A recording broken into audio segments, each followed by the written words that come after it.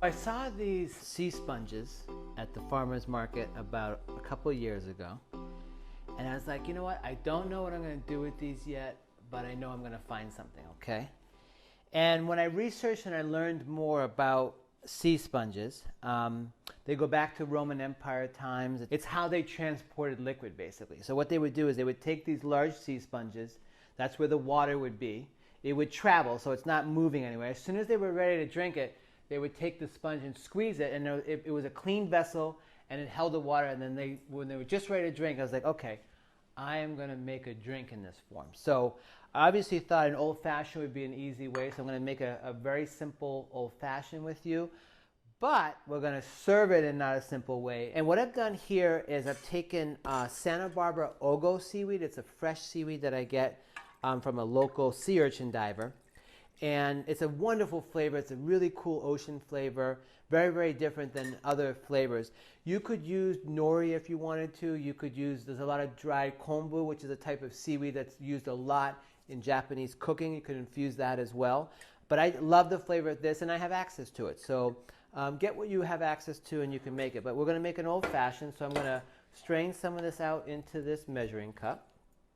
And we're going to follow a very simple old-fashioned recipe. It's 2 ounces of the bourbon or rye, and we'll build it right in here. So we'll do 2 ounces of the Santa Barbara Ogo Seaweed bourbon.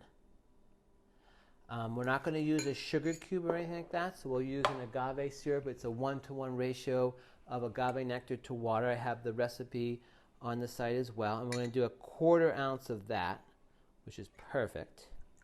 And then it's going to call for bitters. So we're going to use Angostura bitters, which are the traditional bitters that you use in Old Fashions and Manhattans. It's a rum-based spirit. It's got barks and cinnamon and allspice.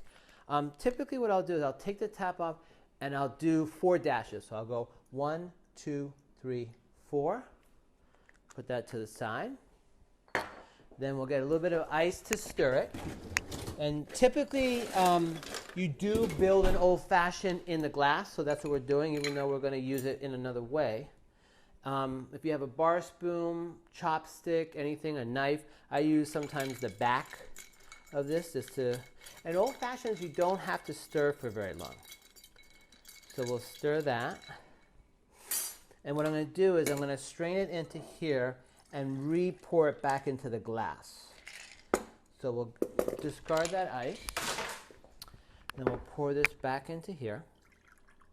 And now we are going to take the sponges and absorb them. So I use a new sponge every time. I never take these. These sponges cost about 75 cents a piece. You can get them online.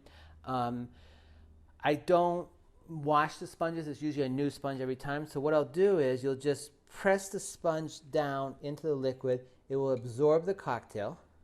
And then I'll hold it up until it all drips out, right? Now the drink is still in there. It's definitely in there. I can feel it, right? And then what I'll do is I'll take these borage flowers, these little white borage flowers that I love to use, and believe it or not, it's an edible flower that tastes a cross between an oyster and a cucumber. So what I'm doing is I'm really, in this case, I'm being very literal and keeping the whole kind of ocean theme together. And I'll put the sponge right on top there, okay? So when I serve this at my restaurant, often people, just make it really pretty, fill it in. That sponge was sitting on the table before people even got there. So what's great about that is that drink isn't going when it's there. It's just a fun way to be like, what is that? What do you mean the drink is in that? And what we'll do to take the sponge is we're going to take the whole thing, put it in our mouth, take everything out of it, and then we'll discard the sponge. So let's give it a shot, and it's also fun. Ready? Here we go. I really encourage people to drink it this way as opposed to taking it and pour, because I found kind of in my early seedings of my restaurant, like it would get all over them. So I just felt like this was a way that I knew that they would get it. And what it is too, it's such a burst right away that it gets you right into the evening. Okay, so let's do it.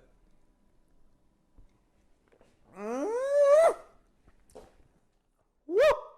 That is pure bourbon, pure alcohol, huge ocean seaweed finish at the end. You can see how white it is now. Basically, I've taken everything out of it. I'll discard it. That is such a powerful punch, but also for me, it's a really fun way to have something. You know what I mean?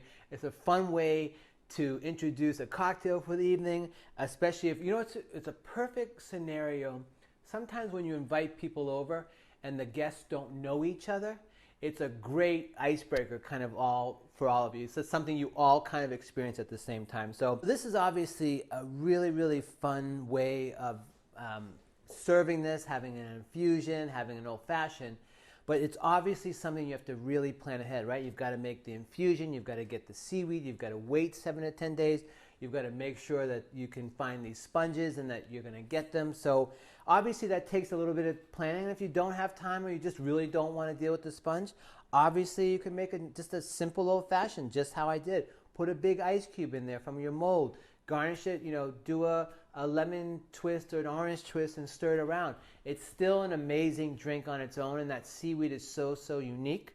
But I really can't encourage you enough to really try to do the sea sponge because the payoff is huge.